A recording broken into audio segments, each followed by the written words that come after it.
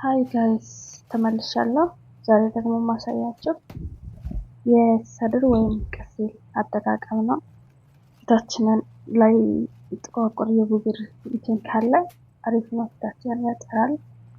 ቆንጆ ነው። በደንብ በሳምንት 2 ጊዜ ለሚጠቀመው ሰው አሪፍ ነው። ትንሽ ውሃ እናደርግና ለፊታችን ብቻ ከሆነ 1 ማንኪያ በቂ ነው።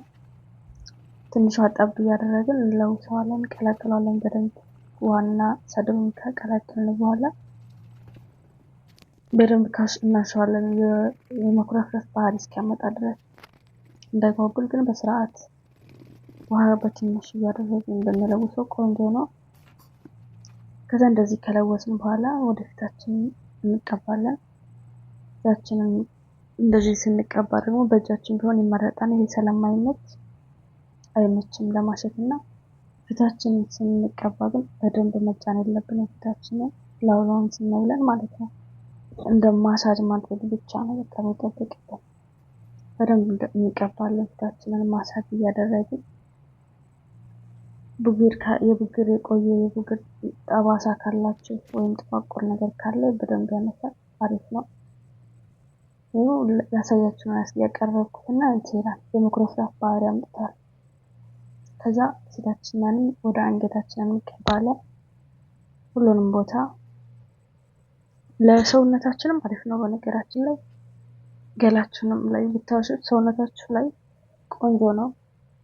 ሰውነቱ ሰፋራ ሰው ማለት ነው። ይሄንና የከርቤ ውሃ ማለት ነው። ከርቤውን ዘፍዝፈን አድረን ውሃውን በዚህ ለውሰን ስለተጠቀመው ቆንጆ ነው እና እንደዚህ አድርጋችሁ ተጠቀሙት። አንገታችሁም ሰውነታችሁን በሙሉ ፀጉራችሁ ደግሞ የራሳችሁ ፀጉር የማያድግ ከሆነ እዛው ክርችች ያለ ከሆነ ይሄ ቆንጆ ነው፣ ያሳድጋል። ምክንያቱም ሰውን ራሳችን ላይ ያለ ቆዳ ስላለ ያን የቆዳን ክፍተት የማፍጠን ባህሪ ያለው። እንደገና የፀጉሮቻችንን ስሮች ያጠነክራል። ፀጉራችንን ስንቀባ ሙሉ ፀጉራችንን ሳይሆን ራሳችንን ብቻ ማለት ነው። እሱን እንቀባለን። እዩት እዚህ ጋር በደንብ ሲኩረፈረፍ ማለት ነው። ማሳጅ ባደረጋችሁ ቁጥር ይኩረፈረፋል። ይሄው በጣም ነው የሚያምረው። መኩረፍረፍ እንትን ሽታውን ቆንጆ ነው።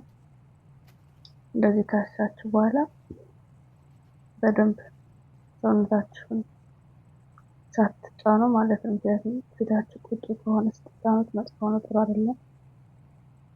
በደንብ ከቀባን በኋላ ፊታችን ላይ እየተቀየረ ወደ ውሃነት ስለሚመጣ ራሱ ያነሳዋል እና ወደ መታጠብ እንሄዳለን። እዚህ ጋር ውሃችንን እንጠጣለን። ወደ መታጠብ እዚህ ጋር እያስፈራራኋችሁ ነበር።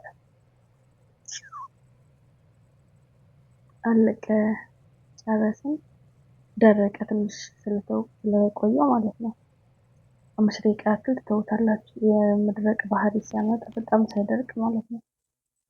እዚህ ጋር ታጥበን ነው እዛው ታጥበን እዛው እየቀረጽ የተረፈውን ደግሞ አትድፉት። ለሁለተኛ ጊዜ ይሆናቸዋል። ፍሪጅ ላይ ያስቀምጣችሁ ለተጠቀሙት ትንሽ ሲቀራችሁ ቢያንስ ከ2 ሰዓት ከ3 ሰዓት በፊት በማውጣት ተጠቅማችሁ መልሳችሁ አስገቡት። በሳምንት 3 ጊዜ 2 ጊዜ ተጠቀሙት። ወዳችኋለሁ። ላይክ እና ሰብስክራይብ እንዳትረሱ። ኮሜንትም አድርጉ። ባይ